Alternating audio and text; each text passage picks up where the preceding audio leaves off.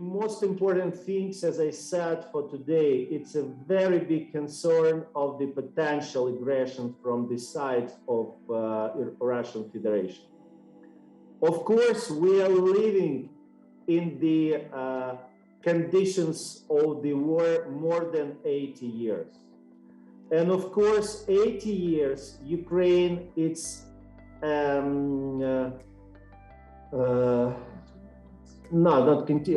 Ukraine, it's show for all the world that we're here in our territory. It's like places which share between democracy world and others. More than 40,000 our citizens was killed during this war, and it is a big tragedy. But in the same time, I can say that, first of all, freedom, it's in our blood. Freedom, it's our mentality.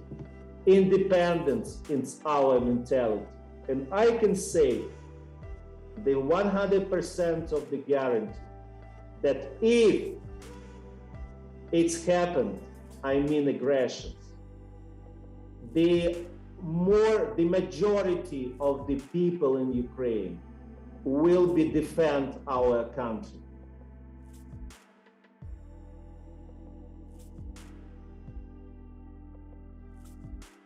I think it's time to have very honest, very proper, very transparent conversation with Ukraine about our perspective in NATO.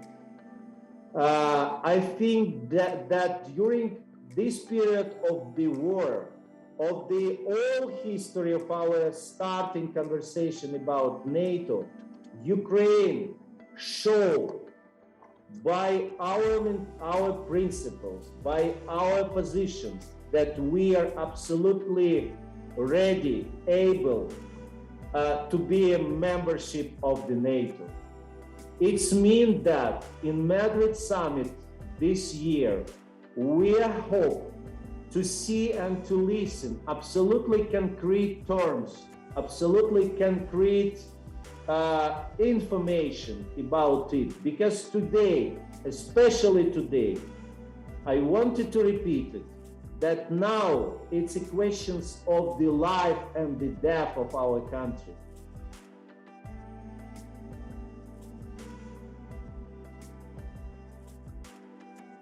The COVID crisis has just shown this so acutely across a range of different critical components, technologies, that we need resilience of our global supply chains.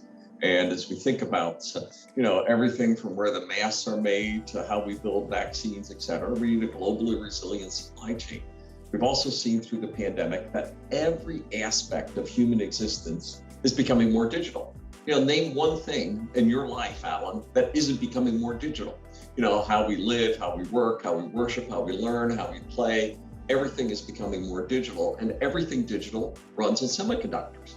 Right? To some degree, I almost forget that I have a car in the garage, right? But if my internet was down, if I didn't have a personal computer, man, that's my life these days. And then we're seeing that flow across every aspect of industry, learning, how we care for and provide healthcare, and the mRNA and all of the magic, and it all runs on semiconductors.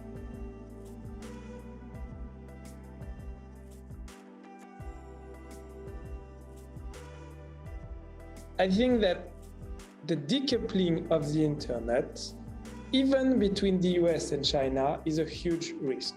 So assuming the fact that I think that having two different internet, one in China, one in the Western world and one in China, is a problem, would be a huge problem for many reasons, even for democracies.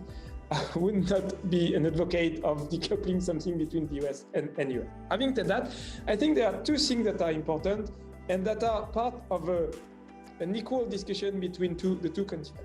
The first thing is that we assume the fact that Europe has been lagging behind in terms of innovation over the past decades. So we need to get back in the race. So we need to make the effort, and this is an internal push from France, from Germany, from the European Union, in order to invest, to design the ecosystem, to lower the taxation rate, to create a better business environment in Europe. In order to be able to build a better innovation ecosystem, we need foreign investment, we need foreign companies, we need foreign talent. The US and the biggest tech ecosystem of the world have been building something big that is always international.